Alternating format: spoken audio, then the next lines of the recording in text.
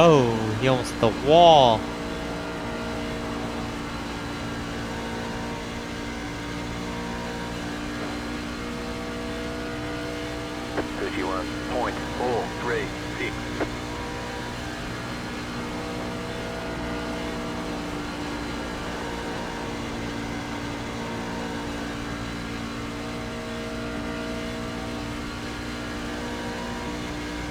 The Bimmer's still holding on in the GTP class.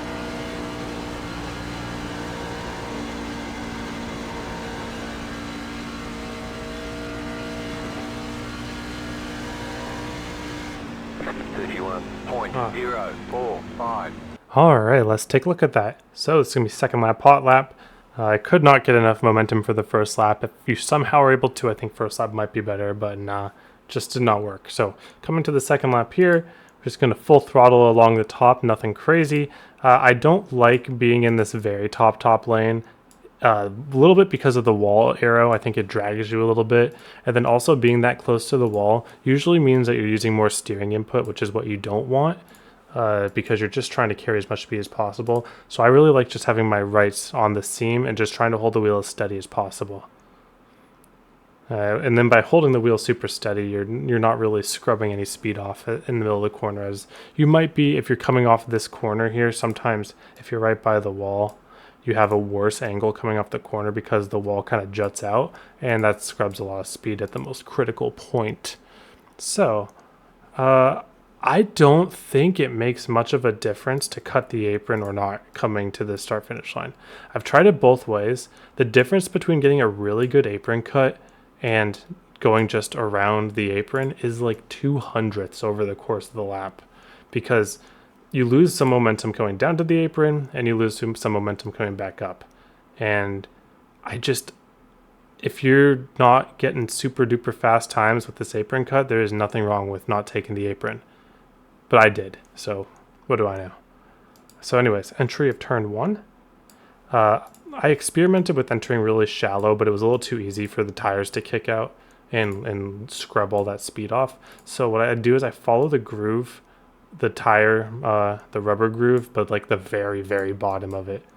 So I see my lefts kind of go and make a late apex, but I'm gradually going down. So why am I gradually going down the track when it seems like I could cut off a lot more and enter early? You're full throttle anyway. Well, the answer is we want to keep our right rear engaged with the track for as much time as possible and optimally the entire time, and that's what it should be if you get a fast hot lap. If you feel one tiny little slide out of your right rear tire, you have lost your ability to have a good hot lap. So I'm basically driving my car on the edge of balance between my right rear stepping out and still getting a turn down to the bottom. And this is about the line where you kind of take a big arc towards the bottom of the rubber, then get to the white line about 2/3 of the way through the corner, and then unload the wheel and start driving straight back up the track. Notice how everything I'm doing just seems a lot straighter than the corner intends. This is all to keep the right rear engaged. I enter the corner sharper than you would think that by the groove. You get to the bottom a little later than you would think you do, and then you drive up to the wall faster than you think you would. And this is all just to keep the car going as straight as possible, and all to keep the right rear engaged because we don't want to scrub momentum off the car. All right, now turn 3 and 4, same exact philosophy, except now we can get low earlier. 3 and 4 is a little easier because it's a wider exit. 3 and 4 is a little easier to keep that rear engaged while entering shallow. So if we can enter shallow, we will enter shallow because that is going to be cutting a few hundredths off here or there. So you see I get to the white super early, apex less than halfway through the corner it seems like. And you see I am sliding up early. Now this looks slow, right? You're like, well, why am I sliding up early? That's got to be slow. And the answer is it might be, but there's not much better you can do, because if I keep the car pinned down anymore when the corner kind of tightens up here, then I'm going to lose my right rear a little bit because I'm asking too much of the right rear. I'm already on the edge of that right rear. Asking anything more of it is just not going to work. So the only option to keep my right rear engaged is to slide up early to the wall like this, and that is how I keep my momentum off the corner. Is it the best that anyone will ever get this lap? No. But the moral of the story is you can be fast by just taking what the car can give you. If the car is letting you stay with the right rear engaged, but you have to slide up the track, that's what you got to do. It's better to do that than it is to try to keep it on a line, a predetermined line at any expense. Because no single line here is going to get you the pole. It's how you react to what you're given and how you engage your right rear tire throughout the entire lap. So now that we went over hot lap, let's go on to long run. Alright, so I'm in the middle of the low run right now. Just drove about 5 laps because there's not much to do in the first 5 laps besides full throttle. But the huge thing is you need to make sure that your lines are not causing your right rear to slide. So this is going to be a right rear saving situation, tire saving. So very different than what I preach a lot about right front tire saving. But in this right rear saving situation, basically you just got to run your lines in a way where you're just never sliding your right rear.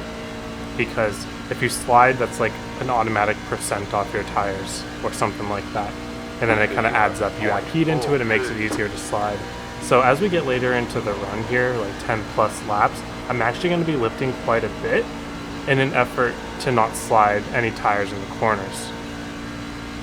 The other thing too is that as we get past 10-15 laps into the run, the top and middle lane starts becoming very viable.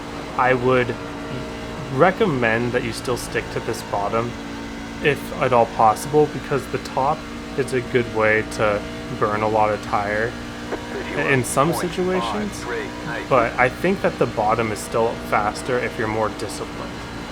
So it's very easy to just try to gas through the exit of the corner and power it through, but that's how you get your right rear to step out.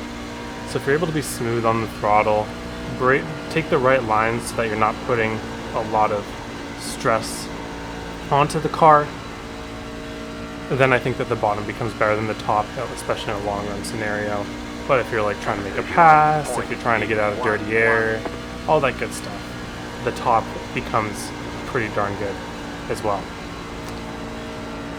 Around right now, about when the times go to 32 seconds flat, that's when the top becomes good as well. I'll show you right here. We're not quite there yet because I go full throttle and it still wants to step out, but I'm still kind of holding it.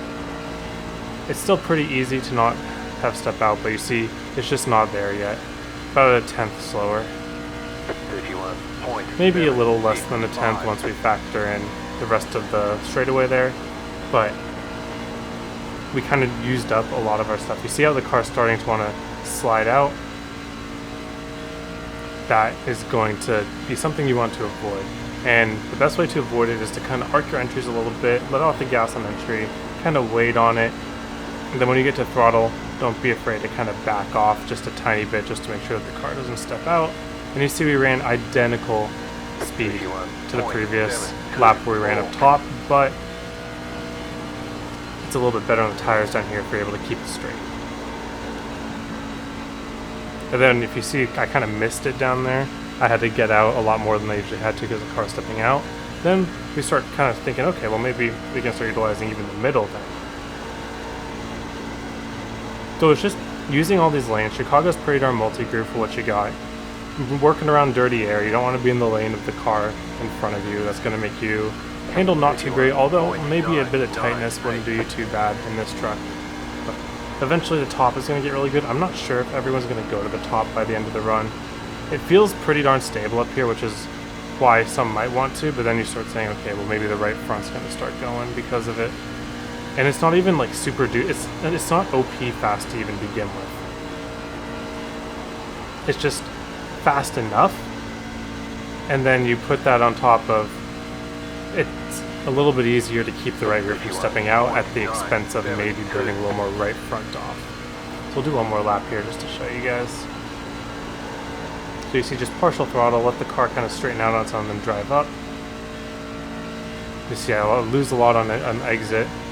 It evens out, only a couple hundredths really is the difference. I'll do one more lap of bottom and one more lap of top. I do think there's a potential that everything goes to the top, but I think that the people that are able to keep it on the bottom for longest will have the best cars driving the top at the end. It's about a tenth difference, it really isn't that bad. And then the top, you can just pretty much full throttle it. car has a little bit, it feels a little more cushiony up here, like there's just not as much snap loose condition. But you see, even there, now we're slower on top than we were on the bottom, even though we were almost full throttle. Oh, and you see you can even lose its snap loose on the top as well too, and that's something you want to avoid. So just find out which line is most comfortable for you, which line you're sliding the right rear the least, and that's probably going to be the right answer for you. If you're looking for what's optimal, I think it's going to be whoever stays at the bottom for the longest, and then everyone will move up to the top, and whoever banked the most right front tire and right rear tire at the beginning is going to have the best car at the end of the run. Alright, let's check the tires real quick. 93.89, so you see a lot of right rear wear, and this is why I say you got to keep the car from stepping out, because I really wasn't stepping out much at all, and it's still wearing the right rear more than the right front, so you just got to be extremely careful. Alright, thank you all for watching. Hope you have a wonderful day, and I hope to see you all on the track.